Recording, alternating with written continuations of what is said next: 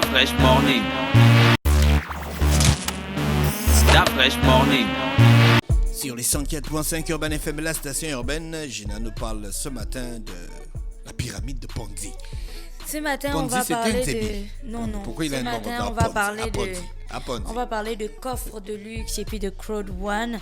Alors, si vous avez regardé les réseaux sociaux la semaine écoulée ou ce week-end, vous avez dû voir que ces deux termes ont été vraiment au top des hashtags durant la fin de la semaine et durant le week-end. Alors, de quoi est-ce qu'il s'agit exactement et pourquoi est-ce qu'on en parle?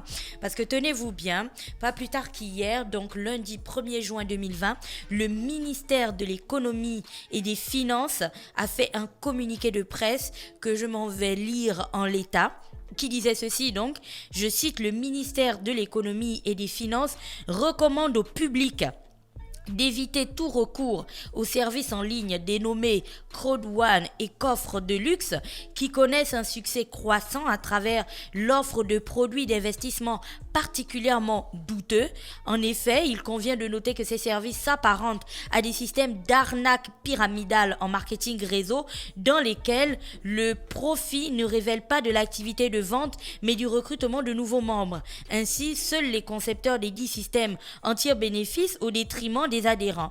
Par ailleurs, le ministère de l'économie et des finances annonce que des actions sont menées par ses équipes pour identifier tous les relais de ces plateformes d'escroquerie et protéger les consommateurs. Fin de citation. C'est donc le contenu du communiqué de presse disponible bien sûr aussi sur sur la page Facebook du ministère de l'économie et des finances. Donc vous l'aurez compris, il y a désormais une enquête va être lancée pour identifier les personnes qui se trouvent derrière ces systèmes qui ont vraiment fait le buzz ces dernières semaines sur les réseaux sociaux. Si vous avez un petit peu traîné sur Facebook, vous avez dû apercevoir ces affiches qui marquaient nouvelle opportunité d'affaires au Gabon, investir 10 000 francs et récolter 80 000 francs en quelques jours, info inbox. Et puis bien sûr, il y avait d'autres affiches pour inviter et inciter les gens à envoyer de l'argent. Donc pour ma part, par exemple, j'ai discuté avec une jeune fille qui, elle, a envoyé ses 10 300 et le principe qu'on explique est très simple. Disons que vous êtes là et puis vous envoyez 10 300 à un numéro de téléphone qui vous a bien sûr été renseigné et puis dans quelques jours on vous promet de recevoir 80 000 à la seule condition qu'en envoyant vos 10 300 vous devez en quelque sorte recruter 2 personnes que vous emmenez dans le business avec vous qui elles aussi doivent envoyer 10 300 et donc après vous êtes payé, quelques jours plus tard vous recevez 80 000 francs. Alors ce système qui a vraiment secoué Facebook le week-end a emmené en fait certains médias à s'y intéresser de plus près parce qu'on ne pouvait pas en fait regarder ce site internet sans pour autant s'en inquiéter. Et quand on sait que dans notre pays nous avons fait face à la période BR-SARL, j'espère que vous vous en souvenez, où il y a près de 30 000 personnes qui ont été flouées en fait dans l'affaire BR-SARL, confère bien sûr l'article qui avait été fait sur le site Le Figaro. BR-SARL qui avait été créé par le pasteur Mapakou, Yves David Élisée Mapakou, et où bien sûr il y a près de 30 000 personnes qui avaient été flouées. Donc le principe que rappelle, ou le principe vers lequel nous ramène aussi ces nouvelles formes d'arnaque ou d'investissement, comme ils l'ont appelé, de tontine 2.0, on ne peut pas les regarder sans pour autant penser en fait à BR-SARL, et des gens ont commencé très vite à parler de système pyramidal et de pyramide de Ponzi. Et donc vous aurez compris que dès qu'on parle de système ou de schéma pyramidal, on va directement vers la pyramide de Ponzi. Et la pyramide de Ponzi, concernant la question que Dafresh posait ce matin, la pyramide de Ponzi en fait porte ce nom parce que elle le tient de Charles Ponzi, qui en 2020 avait monté un véritable système d'escroquerie en 1920 avait monté un système d'escroquerie possible du tout, qui avait laissé plusieurs personnes sur le carreau. Et le même système donc de Ponzi, qui a du coup hérité de son nom dans les années 1920, le même système de Ponzi, c'est ce système-là qui a servi notamment à Bernard Madoff, plus proche de nous, qui lui a été impliqué dans ce qu'on appelait le scandale du fonds Madoff, qui a fait perdre près de 50 milliards de dollars à ses investisseurs dans un système qui a explosé en décembre 2008. Je pense que JP en avait parlé ici quand on parlait de la question du pasteur Mapakou et de BR Sarl. Et si vous avez envie qu'on vous rafraîchisse la mémoire, on va le faire très simple. Alors, la pyramide de Ponzi est vraiment très simple. Les personnes qui viennent, c'est très simple comme ça, mais il y a plein de personnes qui sont flouées. Les personnes qui rentrent donc dans le système, elles sont invitées à investir leur argent. En investissant leur argent, on les invite aussi à emmener d'autres personnes. Donc, on prend par exemple le cas simple où on te dit, si tu investis 100 000, dans quelques semaines ou dans une semaine, on te remboursera les 300 000 et on te remboursera 300 000 et tu apportes, l'obligation c'est d'apporter 2 ou 3 personnes avec toi. Sauf que, quand vous réfléchissez bien, tu as misé, comme on peut le dire de manière totalement courante, tu as misé 100 000, si on te donne 300 000 après une semaine, on est bien d'accord qu'il y a 200 000 qui sont là, qui flottent en fait. Alors ces 200 000, comment est-ce qu'on a fait pour les avoir? Les personnes qui développent souvent ce genre de business te diront que c'est de l'investissement, ton argent travaille, et donc ce sont les intérêts de ton argent là qui permettent de payer les 200 000 supplémentaires. Mais en fait non, c'est pas ça. En réalité, quand vous arrivez que, supposons moi j'investis 100 000 et que j'emmène Dafresh et Jean-Paul qui eux aussi investissent, et eux ils doivent aussi emmener 2 autres personnes, donc imaginez le nombre de personnes qui rentrent au fur et à mesure. On va commencer par donner la somme promise aux premières personnes qui ont investi. Objectif bien sûr, installer la confiance des premiers investisseurs. Donc en gros, c'est les nouveaux investisseurs qui remboursent les premiers. Mais étant donné que la confiance est déjà installée, si moi j'investis 100 000 et que vous m'avez donné 300 000 après la première semaine, je me dis ouais, ça fonctionne en fait. Il n'y a pas de quoi avoir peur. Donc je vais revenir et je vais remettre 200 000 parce que je me dis dans ce cas vous allez me remettre 600 000 et ainsi de suite. Donc les gens commencent à arriver, il y a plus de personnes. Du coup on rembourse des personnes de manière éparse. Celles qui se font rembourser très très en retard se disent que bon en fait c'est parce que tu sais chacun, tu vois, ça peut prendre un peu de délai et tout ça, le traitement de dossier et ce genre de choses, jusqu'à ce que la personne bien sûr qui a monté le système pyramidal ait assez d'argent, ou je ne sais pas, où que le système soit découvert, mais dans tous les cas, à un moment donné, boum, tout s'écroule, et puis plus personne ne reçoit son argent, et comme pour le cas de BR Sarl, on annonce la faillite, et puis tout le monde perd son argent. Nous, on a des amis qui ont perdu plus de 2 millions, parfois 3 millions, et il y a des gens au Gabon qui ont perdu près de 15 millions de francs CFA dans BR Sarl, parce qu'ils avaient investi et qui se disaient qu'en fait, vu le tableau comparatif, donc, entre ce que tu donnes et ce que tu reçois, plus tu mets, tu as plus de chance en fait, tu as plus d'argent à récupérer si tu mets plus d'argent au départ. Donc en gros, c'est comme ça que ça fonctionne. Et les 2 systèmes dont je venais de parler ont vraiment en fait créé le buzz sur les réseaux sociaux, parce qu'en gros, ils ne viennent pas en demandant des gens un montant astronomique. On te demande 10 300, en fait 300 c'est les frais, donc on te demande 10 300, en gros tu te dis bon voilà, j'envoie 10 300, sauf que 10 300 que toi tu envoies et les 2 personnes que tu apportes ensuite dans le business, tu imagines à quel point c'est énorme. Et étant donné que ça se fait sur Facebook et sur WhatsApp, il y a certainement des centaines de personnes à Libreville qui ont décidé en fait de se lancer dans le business. Sauf que entre 10 300 et 80 400 ou 80 500 que tu reçois, on comprend bien qu'il y a 70 000 de flottement. Où prend-on ces 70 000 quand on te dit que dans quelques jours seulement, tu recevras les 80 000? Où prend-on ces 70 000? Quelle est l'activité qui est faite? Comment on justifie en fait ce retour sur investissement qui est 7 fois supérieur, qui est 8 fois supérieur à ce que vous avez investi?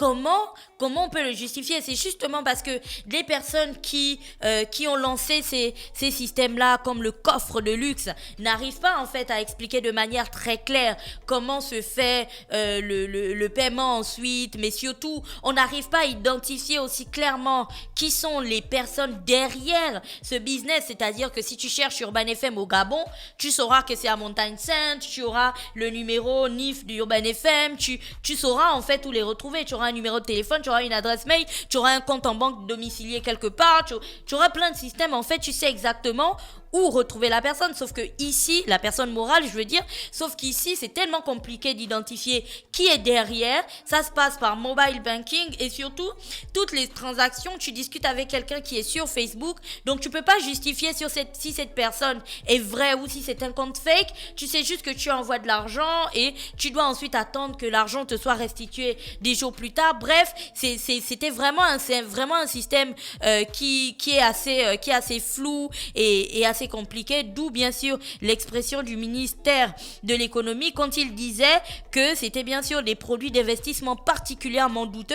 C'est donc des systèmes particulièrement douteux, on emprunte l'expression au ministère de l'économie, mais qui aujourd'hui encore arrivent à toucher plusieurs personnes. Et c'est pour ça qu'on faisait cette rubrique, pour s'arrêter cette fois-ci, pas sur les personnes qui ont décidé de lancer ces systèmes d'investissement douteux, mais plus sur les personnes qui ont décidé d'en profiter, qui ont décidé de les utiliser.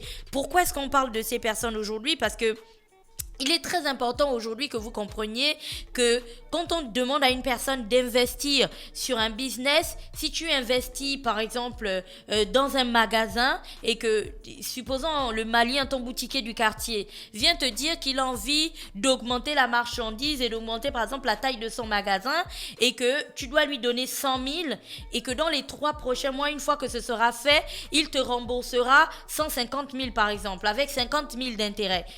C'est facile à comprendre comment il fera les 50 000, comment il arrivera à te donner 50 000 supplémentaires parce que sa boutique aura grandi, il aura plus de produits à dealer, il a toujours des clients et ainsi de suite. Donc, il fera du bénéfice et c'est sur ce bénéfice qu'il te rendra les 150 000. Alors, il y a bien sûr des systèmes d'investissement en Europe, aux États-Unis et autres où on demande aux gens d'injecter de l'argent dans des fonds d'investissement. Les fonds d'investissement en question, parfois, on va te demander d'investir tes économies parce que cet argent est ensuite donné à des promoteurs immobiliers ou à des experts en immobilier qui construisent des immeubles, supposons l'immeuble d'Urban FM et on projet et puis voilà, on dit que chacun peut déjà mettre son argent, 4 millions par exemple l'appartement, vous mettez, non même pas l'appartement, vous mettez 4 millions chacun et puis l'argent que vous injectez, on vous dit dans 2 ans on vous le rembourse. Le gars il construit bien l'immeuble, il vend l'immeuble et puis dans 2 ans, ben voilà, il vous rembourse votre argent parce que vous avez bien vu comment, comme on dit, l'argent a travaillé en fait. On a construit un bien qui a doublé de valeur par rapport au terrain nu que l'on avait. Après, il y a vraiment différents systèmes d'investissement. Mais pour tous les systèmes d'investissement, on va vous expliquer de manière très claire comment fonctionne le système et quel est le circuit que votre argent va prendre. Mais est-ce que pour aujourd'hui, un coffre de luxe, tu t'es informé sur ça? Ben c'est de ça dont je parle, le coffre de luxe. Tu envoies 10 300 et on te renvoie 80 000. Tu envoies ça à qui? Sur un numéro Airtel Money.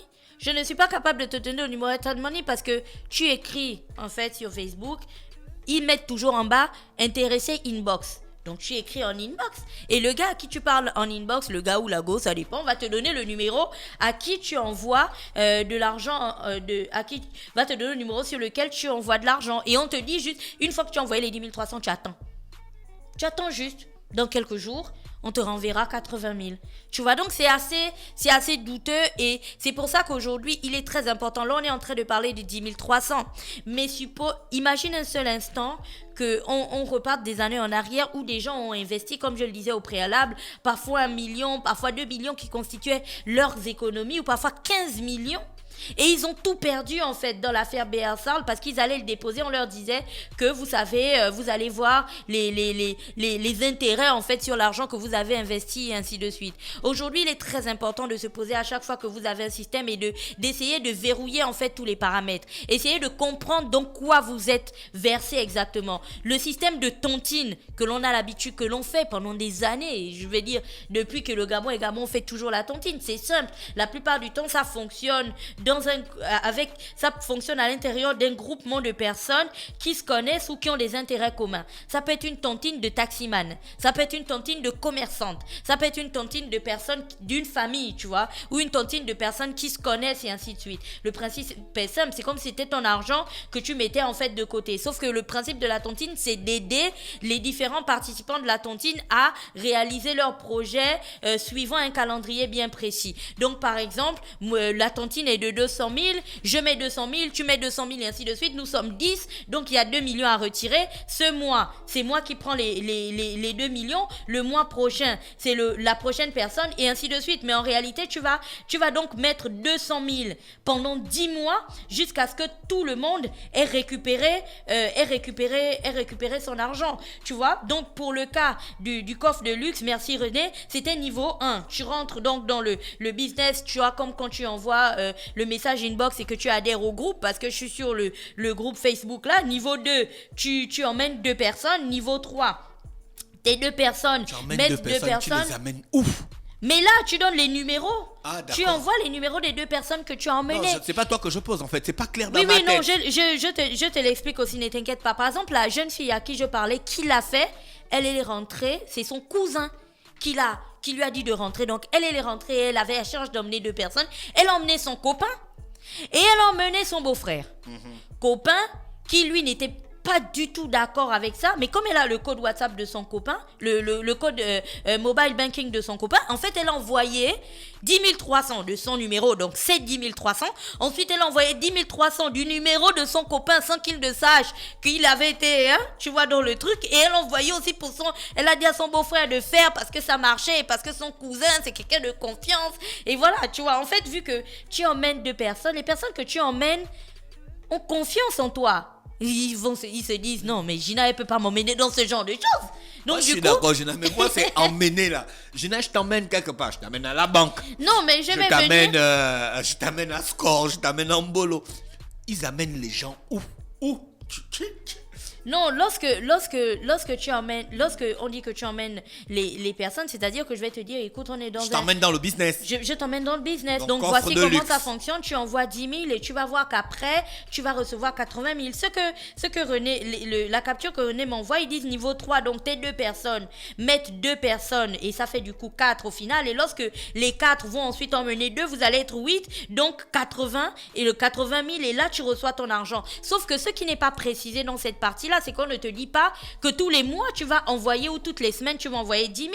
On dit que tu envoies 10 000 une fois et ensuite tu reçois 80 000. Donc tu comprends qu'à ce moment-là, il y a un flottement de 70 000 qu'on ne comprend pas. Et je cite, le ministère de l'économie dit bien que c'est un système douteux. Donc vous comprenez bien qu'au ministère de l'économie, il y a des experts en économie qui ont dû étudier cette question-là qui faisait grand buzz depuis le week-end et qui ont compris qu'il y avait un truc qui n'était pas clair. Dans tous les cas, il faut juste expliquer aux gens que, pour faire très simple, l'argent facile, c'est toujours pas très sûr. Mais vraiment pas très sûr. Si vous avez envie d'investir votre argent dans quelque chose, essayez de verrouiller tous les paramètres qui tournent autour du business dans lequel vous avez envie d'investir votre argent. Soyez sûr que votre argent va vous être remboursé et surtout identifiez comment on appelle cette personne-là, la personne responsable ou du moins la personne à qui vous avez donné de l'argent en cas de problème. C'est cette personne-là à qui on demandera des comptes, c'est cette personne qui sera emmenée par exemple à la police et qui devra s'expliquer et ainsi de suite. Sauf que des choses qui sont faites sur internet, parce que c'est ce qui est reproché au système que l'on présente ce matin, les choses qui sont faites sur internet, tu peux pas justifier si la personne à qui tu parles est une personne physique réelle, parce que bien sûr ça peut être, on sait bien sur les réseaux sociaux le nombre de comptes fake qu'il y a, et puis on sait aussi le nombre d'arnaques qu'il y a déjà eu avec les mobile banking où quelqu'un peut acheter une SIM avec une pièce d'identité volée et puis bien sûr créer un compte de mobile banking, arnaquer plein de personnes, ensuite détruire la SIM. On la prenne, la réaction d'un auditeur. Oui, ils peuvent réagir. D'accord, tu veux la réagir, un auditeur, parce que depuis que tu es en train de parler, il y a un auditeur qui est en train de réagir. On va l'écouter. Salut, en fait, moi, j'ai pas vraiment participé à ça, parce que tout ce qui concerne financière, j'ai un peu peur, tu vois. Mais le principe est simple en fait, selon ce que les gens expliquent, tu vois. En fait, c'est comme si c'était une mutualisation en fait, c'est comme si c'était une cantine ordinaire, tu vois.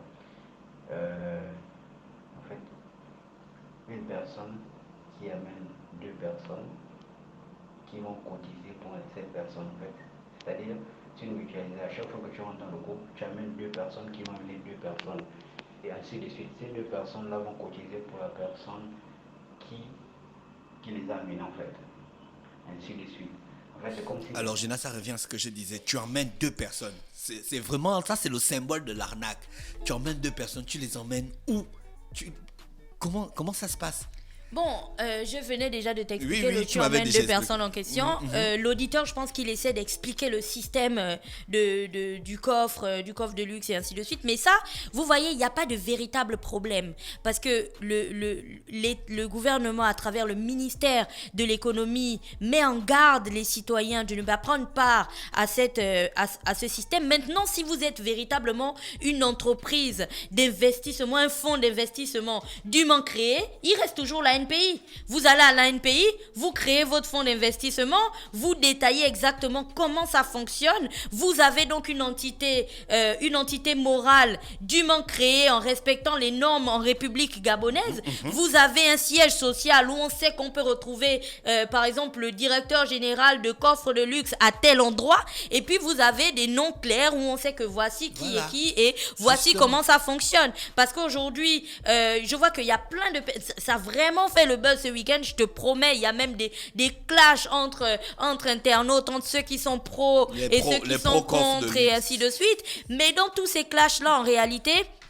Il faut comprendre que l'objectif du ministère n'est pas du tout de léser une personne ou je ne sais pas, de léser un groupe de personnes. L'objectif, c'est de sécuriser au maximum les consommateurs, de sécuriser au maximum les citoyens. C'est pour ça que si votre entreprise est vraiment fonctionnelle, si votre système de mutualisation, comme l'auditeur le disait, fonctionne parfaitement, ben il vous reste encore la NPI, vous allez vous créer votre système de mutualisation et tout. Vous avez des documents afférents, vous avez un numéro d'imposition, vous avez tout ce qu'il faut et puis ensuite vous pourrez continuer votre business. Alors j'entends d'ici des gens me dire oui, mais est-ce que les gens qui font les tontines et tout, ils ont besoin de créer des entreprises? Seul bémol, les personnes qui font les tontines ne vont pas en fait le faire avec des citoyens qu'ils ne connaissent pas et ainsi de suite. Comme je le disais, la tontine se fait la plupart du temps avec un groupement de personnes qui se connaissent très bien ou qui font partie du même secteur d'activité. Par exemple, s'il y a la tontine des taximans, ça va se faire au sein de l'association des taximans, par exemple. Ils savent qu'ils sont 15 ou qu'ils sont 20, ils verrouillent le système et surtout, ils savent qui est dans la tontine. Chacun, en fait, a le nom, le prénom. Parfois même, dans les tontines, on te demande la pièce d'identité. En cas de problème où tu ne rembourses pas, ça se termine à la puis on PJ, maîtrise tu ton vois. activité commerciale. On sait exactement où tu vas trouver de l'argent pour rembourser. Il y a très rarement des personnes qui font des tontines avec des gens qui n'ont pas d'emploi, par exemple, ou des tontines avec des étudiants sans bourse, ou des tontines avec des femmes au foyer sans revenus. Les tontines, c'est vraiment quand on demande de monter, quand on décide de monter une tontine et qu'on veut 15 ou 20 personnes, on va vraiment identifier les profils des personnes. C'est pour ça que ça se fait souvent en vase clos. Et même dans les tontines, tu vas voir quand tu dis oui, mais j'aimerais bien que ma soeur rentre, les autres vont te dire on a envie de savoir ce que ta soeur fait. Est-ce qu'elle pourra nous rendre notre argent et ainsi de suite. Donc, pour le cas des tontines, étant donné que ça se fait dans l'intimité amicale ou je ne sais pas trop quoi, pas besoin en fait d'avoir, et c'est un système, je n'ai pas envie de dire illégal, mais c'est un système qui ne demande Informel. pas, voilà, informel, qui ne nécessite pas ou qui n'empiète pas sur la vie de citoyens qu'on ne connaît pas ou qui n'a pas une échelle, qui prend une échelle astronomique et ainsi de suite. Donc pour le coup, des coffres et des crowd one et de crowd tout, je ne sais pas, il y en a tellement sur les réseaux sociaux. Il y a même un qu'on appelle Ndami, où il y a trop de choses en fait pour tous ces systèmes-là. Messieurs, messieurs et dames, si vous avez vraiment envie de lancer vos business et que vous êtes convaincus que ça marche, parce que le principe d'une tontine 2.0, peut-être que quelqu'un aurait réfléchi à un système numérique inédit, tu vois, pour gérer ça. Mais c'est aussi simple que c'est très facile. Tu vas créer ton entreprise, tu protèges ton idée. et puis tu lances ton business. Si maintenant tout est verrouillé, il n'y aura pas de problème parce que les experts des finances et tout auront compris. Maintenant, pour les citoyens qui ont l'impression que le ministère, parce que j'ai lu vraiment plein de choses, empêche les jeunes d'investir et de devenir riches parce que il faut nous plonger dans la pauvreté et ainsi de suite. Non, messieurs et dames, j'aimerais vous ramener à la conversation que nous avions. D'ailleurs, même lorsqu'on a porté plainte, lorsque les citoyens qui se sont fait flouer ont porté plainte à Bearsal, ils ont même porté plainte à l'État. Pourquoi est-ce qu'ils avaient porté plainte à l'État? Parce qu'ils avaient dit que Bearsal avait des bureaux, parce qu'ils avaient dit que Bearsal était implanté depuis au Gabon et que si l'État avait ouvert les yeux dès les premières semaines, les premiers mois de l'arrivée de Bearsal, il ne se serait pas fait flouer. Et le fait que cette entreprise était là, qu'elle ait fait de la pub, qu'elle ait été visible et que l'État n'ait rien dit, l'État s'est rendu coupable en fait de complicité, de peut-être non-assistance à citoyens en danger, et c'est pour ça qu'ils se sont fait flouer. Et donc aujourd'hui, je pense que c'est une très bonne initiative de l'État de prendre les devants, parce que le truc se passe sur Internet. Combien de chances tu as que le ministère des Finances s'auto-saisisse par exemple de cette situation? Mais tu comprends donc par là qu'ils ont décidé de garder un œil sur tous les systèmes d'investissement et autres pour éviter au maximum de retomber dans un épisode Bearsal. Donc pour ceux qui ont lancé ces fonds d'investissement, sachez juste qu'il y a une enquête qui est en cours. Donc si la PJ vous appelle par exemple, vous pourrez expliquer clairement comment fonctionne votre système. By the way, la jeune fille dont je parlais, ils lui ont rendu ses 10 300.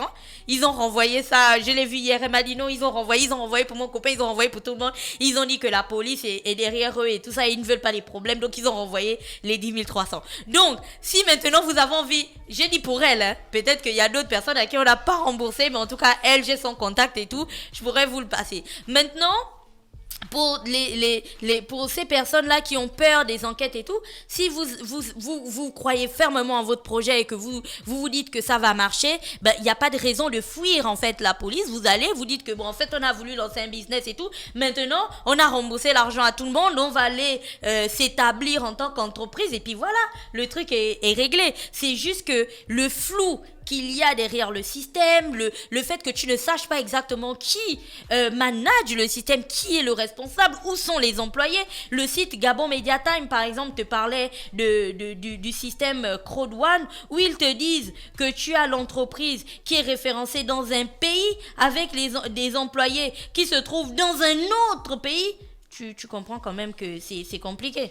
C'est vraiment compliqué. Donc là, je cite le site Gabon Media Time qui dit que pour Crowd One, par exemple, l'entreprise promotrice qui s'appelle Impact Crowd Technology SL n'aurait pas d'existence officielle. Avec un siège domicilié à Madrid, en Espagne, on découvre que l'entreprise ne possède qu'une dizaine d'employés référencés sur la plateforme LinkedIn, tous géolocalisés en Suède, tandis que le numéro d'identification fiscale qu'elle affiche semble n'être enregistré nulle part. Donc, il y a tellement de tentacules que c'est assez flou. Donc, si au Gabon, vous êtes par exemple la représentation nationale de Crowd One Gabon, vous allez vous référencer normalement, comme il y a plusieurs entités ici qui sont aussi présentes dans d'autres pays. Mais tu vas voir ces présences. Genre comme une succursale. Voilà, comme une succursale. Vous faites tous vos documents et puis voilà. Jean-Paul avait envie d'ajouter quelque chose. Jean-Paul, tu voulais dire quelque chose? Non, moi je voulais juste... je comprends un peu la situation sociale de certains compatriotes qui peuvent être amenés en voyant une telle offre à se dire que voilà, voici un des moyens pour nous de nous faire de l'argent et d'améliorer un peu notre quotidien. existence. Mais il faut bien comprendre que moi, quand j'ai lu cette offre-là, dès lors que j'ai compris qu'une fois que vous investissez 10 300 francs, si vous voulez bénéficier des 80 000, il faut que vous apportiez automatiquement 2 autres personnes qui cotisent. Et bien là, ça fait tilt dans ma tête. Pour moi, c'était une pyramide de Ponzi. Et donc, pour moi, c'est un projet, forcément, c'est une arnaque. C'est voué à l'échec. Bon, maintenant, s'il y a des compatriotes qui ont des 10 300 qui peuvent dépenser chaque semaine, mais ils vont ils ouvrent un compte épargne. Il y a des petites maisons d'épargne et de crédit qui existent là. Vous pouvez mettre vos 10 300 là tranquillement, le temps que vous puissiez réfléchir à quoi en faire. Mais si vous pensez que en investissant 10 300, on est tranquillement assis, on ne se casse plus la tête, et puis il y a 80 000 comme ça qui vont atterrir du ciel parce qu'on a juste amené 2 autres personnes, ça s'appelle de l'arnaque. Si ce n'est pas de l'arnaque, c'est du rêve. Donc, il faut arrêter de rêver. Il faut plutôt réfléchir à de bons projets. Maintenant, on utilise souvent des termes, le machin. Le crowdfunding, c'est un système de financement participatif. C'est-à-dire qu'une personne a un projet, mais elle ne veut pas aller chez des investisseurs traditionnels. Elle veut que ce soit des citoyens qui l'aident à mettre en œuvre son projet. Et là, cette personne-là qui a ce projet, vient présenter le projet. En général, il y a des sites même Internet. Il y a des plateformes digitales reconnues dans lesquelles les personnes qui ont des projets les présentent et sollicitent donc le financement des citoyens, il y a des des Gabonais qu'on individus. connaît qui ont fait ça, non? Oui, Voilà. Cédric Bécalé, par exemple, avec les Crack Rock, il a sollicité le financement participatif. Et Jean-Paul a raison, les plateformes sont bien reconnues, elles sont bien référencées, tout le monde sait, tu peux envoyer par PayPal, tu payes avec ta carte bancaire, donc tu as une preuve et tout ça. Et la personne qui a nécessité l'argent, une fois qu'elle reçoit, elle a l'obligation de publier exactement. Et d'ailleurs, tu vois le compteur même sur le site internet, et elle a l'obligation de publier le montant qu'elle a reçu, parce que tout le monde le sait, du coup, et tu as la liste de tous les donateurs. Les donateurs. Voilà. D'accord. Donc, vous voyez, il y a des solutions pour des gens qui veulent investir, il y a des solutions. Mais ne plongez pas, ne vous dites pas que là, une fois de plus, le gouvernement vient se mêler de ce qui ne le regarde pas. Parce que c'est vrai, moi j'ai lu quelque part, quelqu'un qui dit que si une personne dit qu'elle met 10 300 francs dans cette histoire-là, c'est son argent. En quoi ça regarde le gouvernement, en quoi ça regarde les... Oui, mais quand ça vire au vinaigre, on revient à l'affaire BRSA, où là, ce sont ces mêmes compatriotes là qui ont été floués, qui se sont ensuite retournés vers l'État parce qu'ils ont estimé que l'État n'avait pas fait son travail en n'empêchant pas cette entreprise là d'avoir ses activités. Gina, pour conclure. Pour conclure, tous les citoyens doivent aujourd'hui comprendre que même quand le montant semble en fait léger, essayer de l'extrapoler en fait à la quantité peut-être de la population de Libreville. Donc si pour toi 10 300, du coup ça ne représente du genre, tu vois pas trop ce que ça représente, essaie de multiplier 10 300 par, je vais dire un truc bête, même 50 000, parce que Libreville c'est à peu près 800 000 habitants, essaie de multiplier 10 300 par 50 000 personnes seulement qui décident elles aussi de se dire que 10 300 ce n'est pas beaucoup. Tu vois, après, l'État a vraiment fait beaucoup d'efforts ces dernières années pour vulgariser la bancarisation de la population, et aujourd'hui même les différents systèmes de mobile banking, de mobile money se sont transformés en mobile banking. Donc je pense notamment à Airtel Money, à Mobicash et ainsi de suite. Et il est plus intéressant, ce qui est triste, c'est que les gens ont moins confiance en la banque et en leur plus à la banque. Les gens ont vraiment très peu confiance en la banque qu'en un système où ils comprennent. L'État ne fait pas d'efforts pour valoriser le mobile banking, le paiement numérique. L'État ne fait pas d'efforts. Oui, c'est pour ça que je dis qu'aujourd'hui... Combien d'établissements à Libreville ont un TPE? Ça doit nous permettre, en fait, tous ces systèmes-là doivent nous permettre de nous poser les bonnes questions. Voilà. Pourquoi des gens ont plus confiance en un système derrière lequel ils comprennent pas du tout ce qui se passe, ils n'identifient personne, et par contre, ils ont très peu confiance en une banque qui a bien un siège social avec des employés, avec un site internet où tu sais qui et qui fait quoi, et voilà. Donc, il faut se poser les bonnes questions, et aux citoyens qui ont décidé d'y prendre part, oui, c'est votre argent, mais comme vous le savez, l'État aussi a le droit de protéger les citoyens même sans votre gré, et comme on le dit, on n'a pas envie de vivre un deuxième épisode BRSA. Donc le ministère de l'économie et des finances prend ses dispositions dès le départ, et c'est une initiative à louer, parce qu'au moins comme ça on comprend que les voix qui s'étaient élevées pour reprocher en fait certaines choses à l'État ont été entendues, parce que désormais l'État prend ses responsabilités. Et si encore aujourd'hui vous avez envie... Il faut que l'État prenne ses responsabilités jusqu'au bout, valoriser le paiement numérique, parce que ne pas valoriser le paiement numérique, c'est encourager les détournements de l'argent. Laisser les personnes continuer à faire circuler de l'argent de manière dans le pays, comment ne pas pouvoir détourner le pognon? Le VX cash. Bonjour monsieur, c'est combien? C'est 80 millions monsieur. Donnez 4. Ça te fait rire. C'était tout pour Merci aujourd'hui. avec Gina ce matin sur les 104.5 Urban FM, la station urbaine dans le Da Fresh Morning pour le petit clin d'œil civique. Da Fresh Morning.